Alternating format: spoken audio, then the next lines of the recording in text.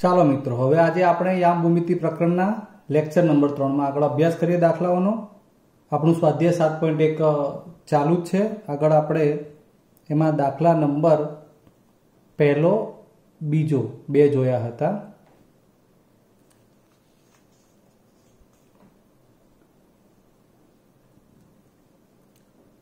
એમાં પહેલો અને બીજો તો તમારે આગળના ચેપ્ટરમાંથી લેવાનો હતો, એટલે ત્રીજો સમરેખ કે અસમરેખ બિંદુઓ છે ત્યાં સુધી ચકાસ્યું હતું.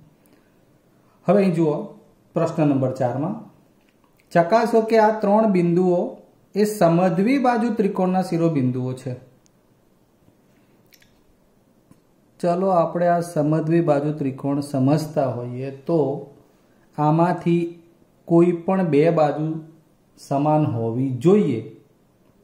આટલી ખબર હોય તો આપણે કહી શકીએ કે અહીં ત્રણ શિરોબિંદુ જે આપ્યા છે એનાથી બનતો ત્રિકોણ એ સમદ્વિ બાજુ ત્રિકોણ થશે. Let's start. આપણે એને પી બિંદુને 5 - 2, ક્યુ ને 6 4 અને આર ને 7 - 2 લેતા શું કરવું પડશે મિત્રો? આપણે એ આપણા માટે અગત્યનું છે. કોઈ કહેશે, મતલબ કે વિચારશે તો ત્રણેય અંતર જે PQ, QR અને PR છે એ શોધવા પડશે. તો સૌથી પહેલા આ PQ સ્ક્વેર માટે P અને Q બિંદુ જોવાના. યાદ કરો, x યામોની બાદબાકી 5 - 6 whole square plus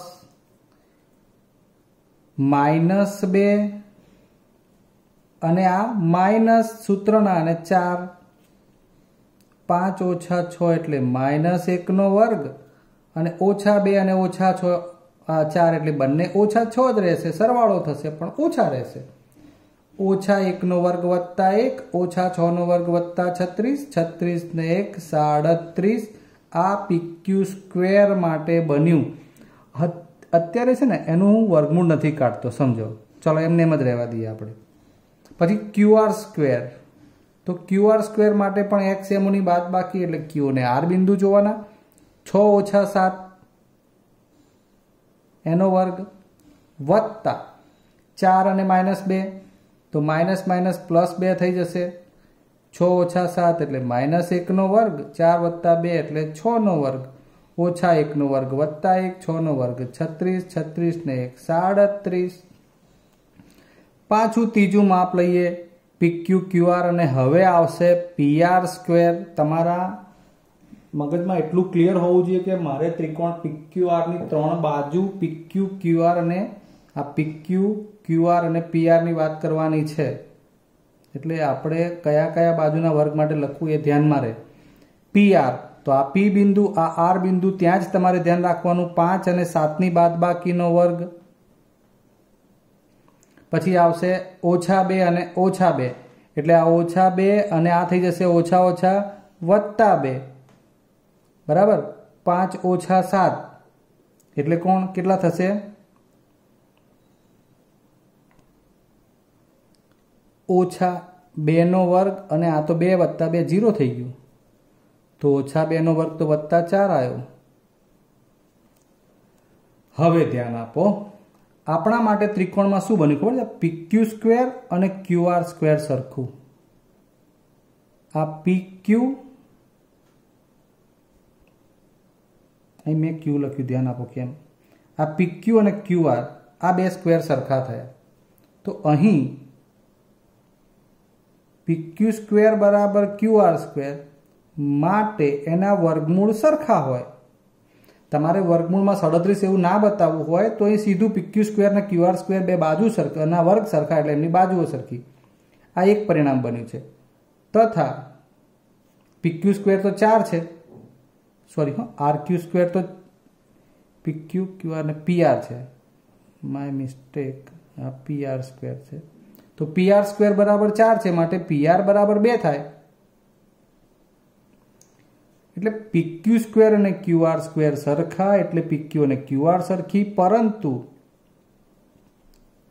PQ square plus QR square equal to QR square not equal to PR square અને માટે PQ બરાબર QR not equal to PR આ પરિણામ લખેલું જોઈએ થવાથી PQR સમદ્વિબાજુ ત્રિકોણના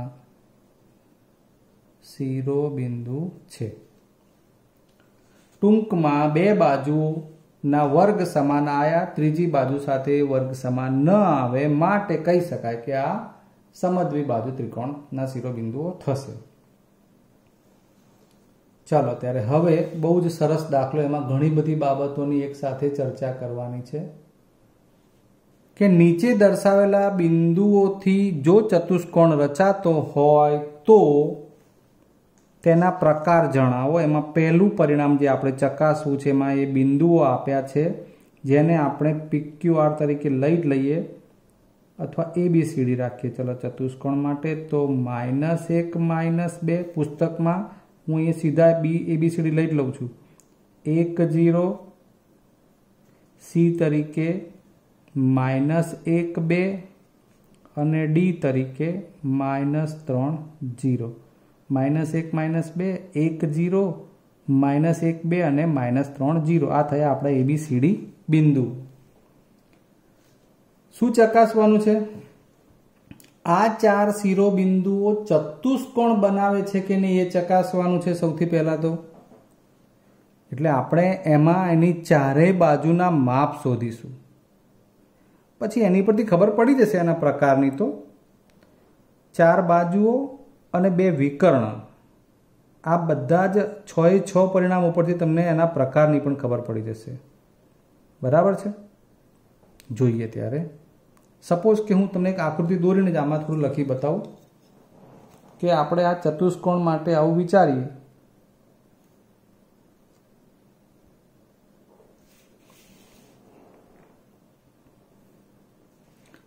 તમને સમજાવવા લખું છું, આ દોરું છું આકૃતિ, કોઈ જરૂર નથી.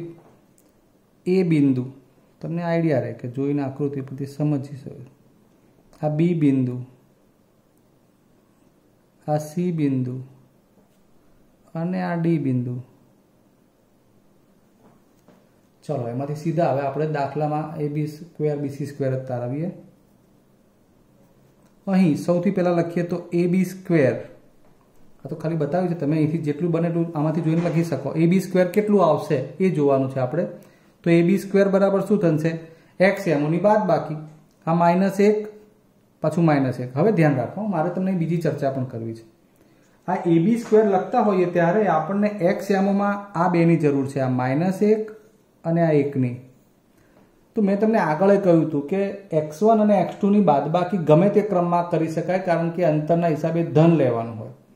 તમે અહીં ચાહો તો આને આગળ લખી શકો, સમજો આ 1, અને પછી આને પાછળ લખવું હોય તો માઇનસ માઇનસ આ પ્લસ થવાનું છે.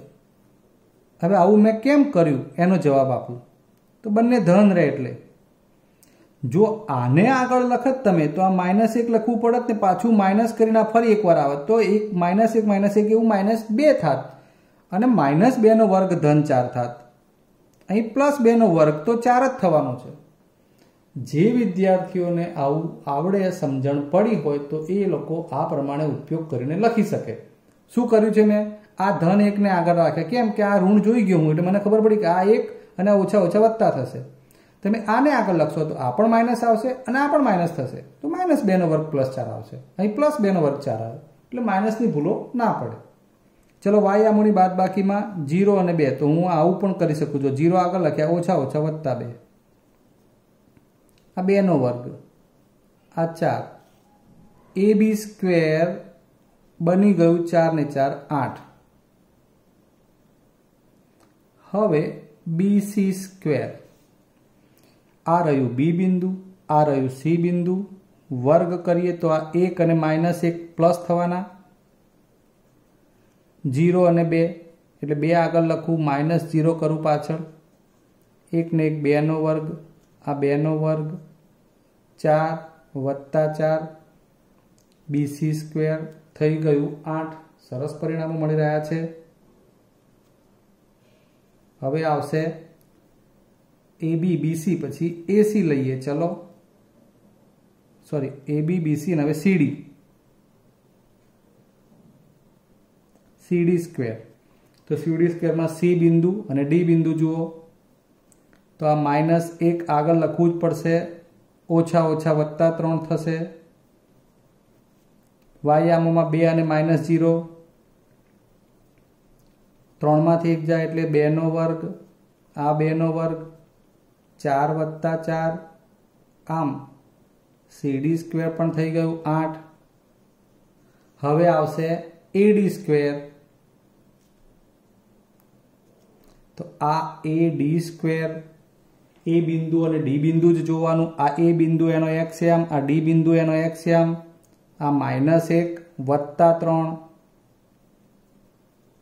વાયામ -2 વત્તા 0। હવે ખબર છે ને, તો x1 - x2 whole square plus y1 - y2 whole square પ્રમાણે લખાઈ રહ્યા છે। 3 ઓછા 1 એટલે 2 નો વર્ગ, આ ઓછા 2 નો વર્ગ, કઈ વાંધો નહીં, બંને માઇનસ નો વર્ગ પણ +4 જ થશે, એટલે AD સ્ક્વેર 4 ને 4 8।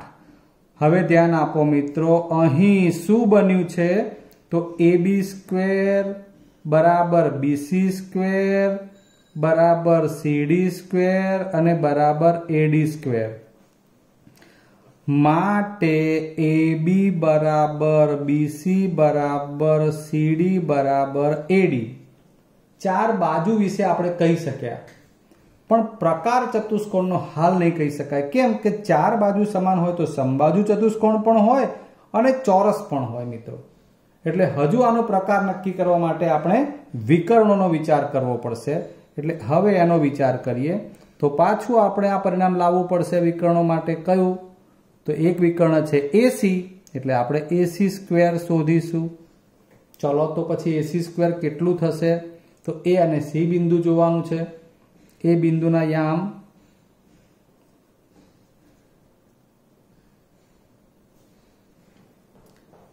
આકૃતિ ઉપરથી લખી નાખીએ, ના આપે છે, ચલો તમને દેખાય છે A અને C બિંદુ। ધ્યાન આપજો, AC વિકર્ણની વાત ચાલે છે, આ AC વિકર્ણની વાત ચાલે છે। A અને C બિંદુ માટે AC સ્ક્વેર એટલે -1, આ C નું ઓછા ઓછા વત્તા 1 થઈ જશે, વર્ગ વત્તા વાયામ માટે -2, આ C બિંદુ એનું પણ પાછું -2, આ તો 0 થઈ ગયું, 1 ઓછા વત્તા 1 ઓછા 1 ઉડી ગયું, પ્લસ આ બંને -4 નો જ વર્ગ થશે અને 0 વત્તા 16 એટલે AC સ્ક્વેર આવશે હમણાં આપણે 16। આની જોડે જોડે લખી નાખું એટલે તમને જોવામાં સરળતા રહેશે। હવે બીજો વિકર્ણ કયો લેવાનો આવે? BD।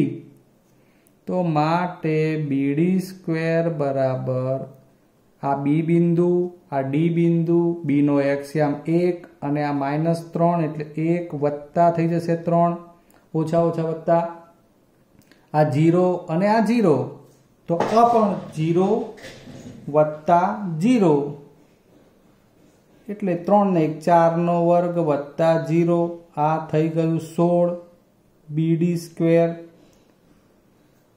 BD સ્ક્વેર પણ 16 આવ્યું, AC સ્ક્વેર પણ 16 આવ્યું। તો હવે એટલે એનો મતલબ અહીં પાછું લખી શકાય, તથા વિકર્ણો માટે AC સ્ક્વેર બરાબર BD સ્ક્વેર માટે AC બરાબર BD। આને આપણે પરિણામ 1 કહીએ અને 2 કહીએ।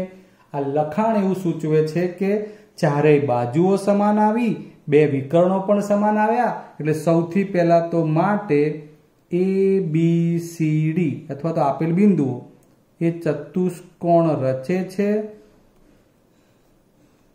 તથા ABCD એ ચોરસ છે।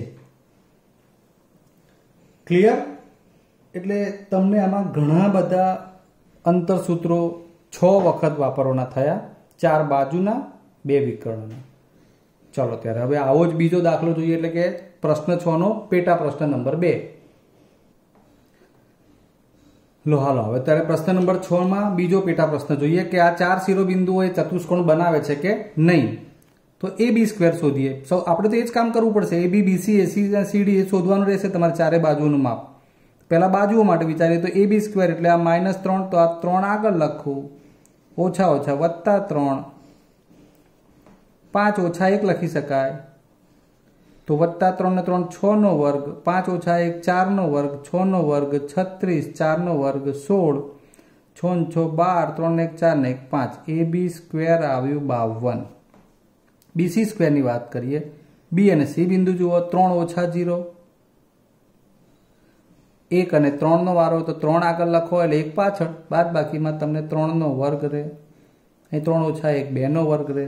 9 વત્તા 2 નો વર્ગ 4, 13. આ BC સ્ક્વેરની વેલ્યુ આવી. AC સ્ક્વેર પહેલું અને આ AC. તો જો આમાં છે ને 0 આગળ લખું હું તો આ ઓછા ઓછા વત્તા 3 થઈ જાય. એટલે તમને ફાવે તો લખવાનું, ના ફાવે તો કંઈ વાંધો નહીં. પછી 3 અને 5 તો 5 આગળ લખું, 5 ઓછા 3 થવાના છે એટલા માટે. તો આ 3 નો વર્ગ વત્તા 5 માં 3 જાય તો 2 નો વર્ગ, 3 નો વર્ગ 9, 2 નો વર્ગ 4, 9 ને 4 13. આ શું આવ્યું? AC square. બરાબર છે. હજુ આપણે આગળ AD સ્ક્વેર પણ લખી નાખીએ. AB BC CD અને AD. તો AD સ્ક્વેરમાં A અને D બિંદુ લઈએ. -3 -1 તો -3 અને +1 થઈ જવાનું છે, ઓછા ઓછા વત્તા 5 ઓછાનું વત્તા 4, આ ઓછા 2 નો વર્ગ, 5 ને 4 9 નો વર્ગ, આ 4 ના 9 નો વર્ગ 81, 81 ને 4 85. ચલો મિત્રો, હવે આમાં આપણને થોડું અટપટું લાગે છે. જુઓ AB સ્ક્વેરનું 52 આવ્યું, 13 મૂલ્ય 85. તો એમાંથી થોડુંક તારણ કાઢીએ. ચલો કે ભાઈ AB સ્ક્વેર કેટલા છે? 52. તો આમાંથી AB બનાવવું હોય તો આ 52, 13 ચોક 52 અને માટે AB મળે 2√13. ચલો ક્લિયર. હવે એ પ્રમાણે BC સ્ક્વેર છે 13, તો માટે આ તો BC એકલું તો √13 તથા AC સ્ક્વેર છે 13 તો એકલું AC પણ √13. આવું કરવાનું કારણ છે કે તમે એક વખત √13 બીજા વખત √13 જુઓ. √13 વત્તા √13 બરાબર 2 ટાઈમ્સ √13 બને.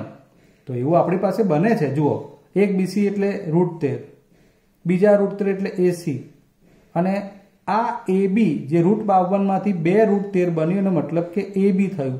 બસ આવું પરિણામ મળ્યું છે મિત્રો. તો આનો અર્થ શું થાય કે AB બિંદુ જે છે એ આ રીતે હોય અને અંદર C બિંદુ વચ્ચે હોય તો આ તો સમરેખ થયા. માટે અહીં AB બરાબર BC વત્તા AC થવાથી ABC સમરેખ બિંદુઓ બને. અને હવે આ 3 સમરેખ બિંદુઓ હોય અને D બહાર હોય તો શું ચતુષ્કોણ થોડી બને? માટે ABCD બિંદુઓ ચતુષ્કોણ રચે નહીં. હવે ચતુષ્કોણ જ ન રચે તેના પ્રકાર વિશે તો કંઈ કહેવાનો પ્રશ્ન આવતો જ નથી. ક્લિયર? ચલો ત્યારે હવે આપણે ત્રીજો પ્રશ્ન એમાં જોઈ લઈએ, પેટા પ્રશ્ન. ચાલો અહીં મિત્રો પ્રકાર નક્કી કરવા માટે આપણે 4 બાજુ અને 2 વિકર્ણો 6 માપ તો શોધવા જ પડશે. ચલો ત્યારે હવે પહેલું લઈએ AB સ્ક્વેર.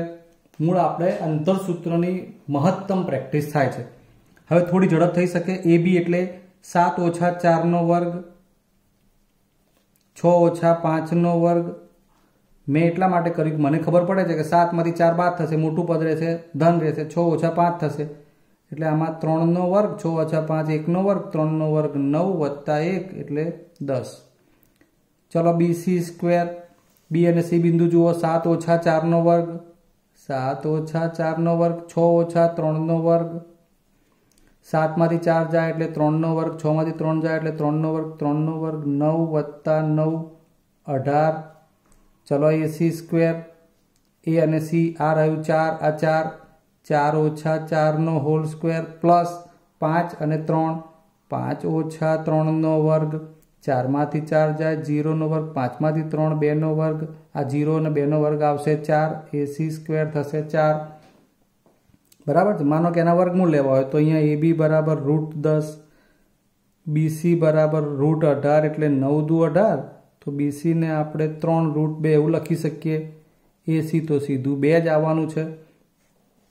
હમણાં આપણે એના વર્ગમૂળ ઉપર ફોકસિંગ કરી લઈએ.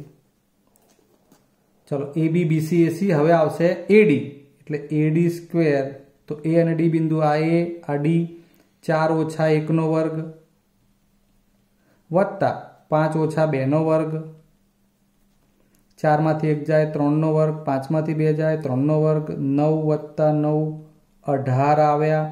માટે AD સ્ક્વેરમાંથી AD લેવું હોય તો √18 એટલે 9 દુ 18 અને એકલું AD 3√2.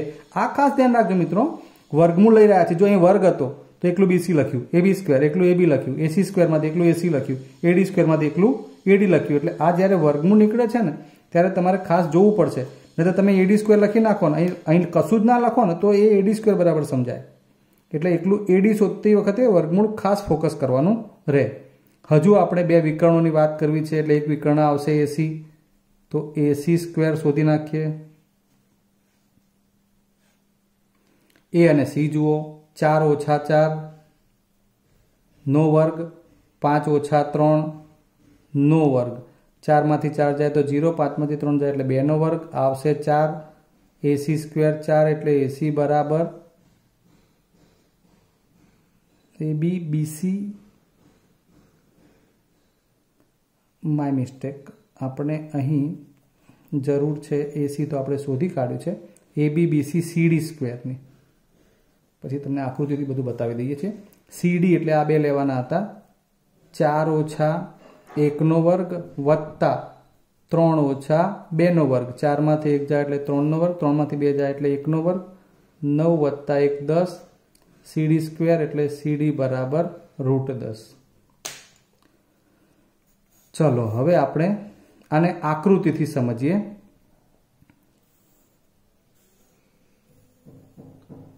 શું બને છે એ જોવું છે. ABCD. હજુ આપણે એક બીજો વિકર્ણ BD બાકી રહેશે, શોધી કાઢીએ.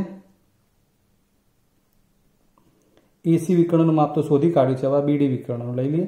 B અને D ઉપરથી આ રહ્યું BD નું માપ, 7 ઓછા 1નો વર્ગ, 6 ઓછા 2નો વર્ગ. 7 ઓછા 1 એટલે 6નો વર્ગ, 6 ઓછા 2 એટલે 4નો વર્ગ, 36 વત્તા 16 એટલે 36, 6 6 12, 3 1 4 ને 1 5. ઓકે, હવે ધ્યાન આપો, અહીં શું બને છે. √10 એટલે કોણ? AB અને CD આ સમાન આયા, બરાબર છે. અહીં AB બરાબર CD આવ્યું. બીજું 3√2 જોવું પડે આપણે. 3√2 કોણ છે? આ BC અને આ AD, સમજાય છે. તથા AD બરાબર BC આવ્યું. બન્યું છે શું? સામ સામેની બાજુઓ સમાન થઈ ગઈ. વળી વિકર્ણ પણ આની જરૂર નથી પણ લખવું છે, તો એક વિકર્ણ આપણા માટે કયો છે? AC, જેનું માપ 2 છે. બીજો વિકર્ણ BD, જેનું માપ BD સ્ક્વેરમાંથી BD શોધો તો 13 ચોક 2 √13 આવે. તથા બંને વિકર્ણો AC અને BD એકરૂપ નથી. ફરીવાર આ AB અને CD સમાન આવ્યા, BC અને AD સમાન આવ્યા અને વિકર્ણો એકરૂપ નથી આવ્યા. માટે ABCD ચતુષ્કોણ તો રચે જ, કારણ કે 4 બાજુમાં સામસામેની બાજુ સમાન આવી છે. તથા તે સમાંતર બાજુ ચતુષ્કોણ બને. કયો ચતુષ્કોણ બનશે? સમાંતર બાજુ ચતુષ્કોણ. કેમ કે સામસામેની બાજુઓ સમાન થઈ છે અને વિકર્ણો એકરૂપ નથી, તો એવું સમાંતર બાજુ ચતુષ્કોણમાં હોય. ક્લિયર? ચલો હવે આપણે પેલો 5મો પ્રશ્ન જોઈ લઈએ આકૃતિ આધારિત. એ તમારે ખાલી સમજવાનો જ છે. જુઓ પ્રશ્ન 5માં તમને આકૃતિમાં એ રીતનું આપેલું છે. આ 4 શિરોબિંદુઓ આપ્યા છે આલેખમાં અને એવું કહ્યું છે કે ભાઈ ચંપાએ ચમેલીને એવું પૂછ્યું છે કે શું ABCD ચોરસ છે? હવે તો તમે વિચારી શકો. જો આ જવાબ આપવો હોય તો તમારે સૌથી પહેલા AB અંતર શોધવું પડે. આમાં આવું તમારે કંઈ દર્શાવવાની જરૂર નથી જ. BC અંતર શોધવું પડે, CD અંતર શોધવું પડે, AD અંતર પણ શોધવું પડે. આમ જોઈને તો ખબર પડી જાય છે કે ચારે બાજુઓ સમાન આવી. તદ ઉપરાંત વિકર્ણો પણ શોધવા પડે.